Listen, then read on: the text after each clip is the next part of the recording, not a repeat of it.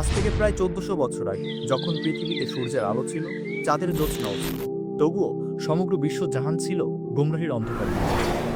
সে সময়কার সামাজিক ও রাজনৈতিক অবস্থা বিবেচনায় ঐতিহাসিকগণ এ যুগের নামকরণ করেন আইয়ামে জাহিলিয়া বা মূর্খতার যুগ। নাহমাদহু ওয়া নুসাল্লি আলা রাসূলিহিল কারীম, আম্মা বা'দ।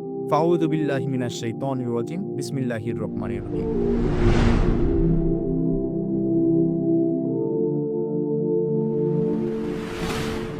আরব সমাজ যখন অন্যায়, অত্যাচার ও দ্বন্দ্ব সংঘাতে জর্জরিত, ঠিক সেই সময়ই 570 খ্রিস্টাব্দে জন্মগ্রহণ করেন আমাদের সর্বশেষ নবী ও রাসূল হযরত মুহাম্মদ সাল্লাল্লাহু আলাইহি ওয়াসাল্লাম, যার নামটা আল্লাহ লৌহে মাহফুজে লিখে রেখেছিলেন হাজার বছর আগে। দিন গেল, মাস গেল, একে একে অনেকটি বছর অতিবাহিত হয়ে গেল।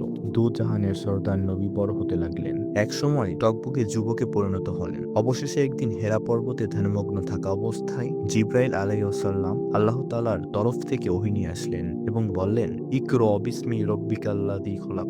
এরপর থেকে মহানবী সাল্লাল্লাহু আলাইহি ওয়াসাল্লাম নিরলসভাবে দাওয়াতের কাজ করে যেতে লাগলেন। হজের মৌসুমে মানুষের তাঁবুতে গিয়ে ইসলামের দাওয়াত দিতেন এবং আল্লাহর কালাম শোনাতেন। সারা আরবে ইসলামের আওয়াজ পৌঁছে গেল। এভাবে মক্কা থেকে প্রায় 300 মাইল দূরে মদিনার 6 জন লোকও নববীর 10ম বছরে ইসলাম গ্রহণ করল। পরের বছর আরো 7 জন, তারপর নবুয়তের 13তম বছরে 75 জন লোকের এক বিশাল কাফেলা নবীজির হাতে হাত রেখে ইসলাম কবুল করলো এবং তারা মদিনায় চলে যাওয়ার অনুরোধ করতে লাগলো। অন্যদিকে ঘুমের ঘরে আল্লাহ তাআলা হিজরতের আদেশ জানিয়ে দিলেন। অবশেষে সাথে আবু বক্করকে নিয়ে 622 খ্রিস্টাব্দের 14ই অক্টোবর মক্কা থেকে হিজরত করে মদিনার পথে যাত্রা শুরু করলেন। পথিমধ্যে 14 দিন কুফায় অবস্থান করে 5ই নভেম্বর মদিনায় গমন করেন। নবী সাল্লাল্লাহু আলাইহি ওয়াসাল্লাম যেদিন থেকে মদিনায় গমন করেন, সেদিন থেকে হিজরি বর্ষের গণনা শুরু হয়। আর প্রথম হিজরিতেই ভ্রাতৃত্বের বন্ধন প্রতিষ্ঠা, আজানের সূচনা, মসজিদে নববী নির্মাণ সহ আরো অসংখ্য কল্যাণকর কাজের ইনজাম দেন। দ্বিতীয় হিজরিতে এসে কাফিররা মুসলমানদের বিরুদ্ধে গভীর ষড়যন্ত্রে লিপ্ত হয়। তাই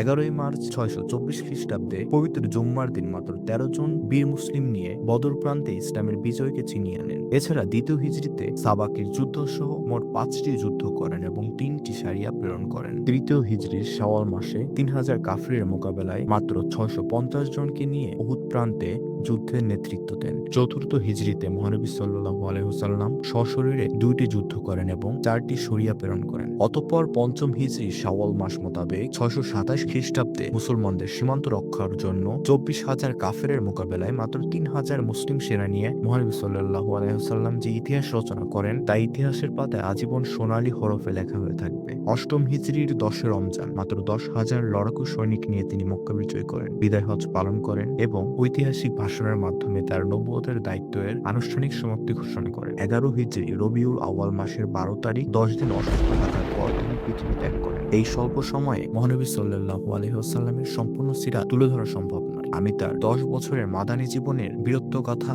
উল্লেখযোগ্য অর্জন তুলে ধরেছি মাত্র।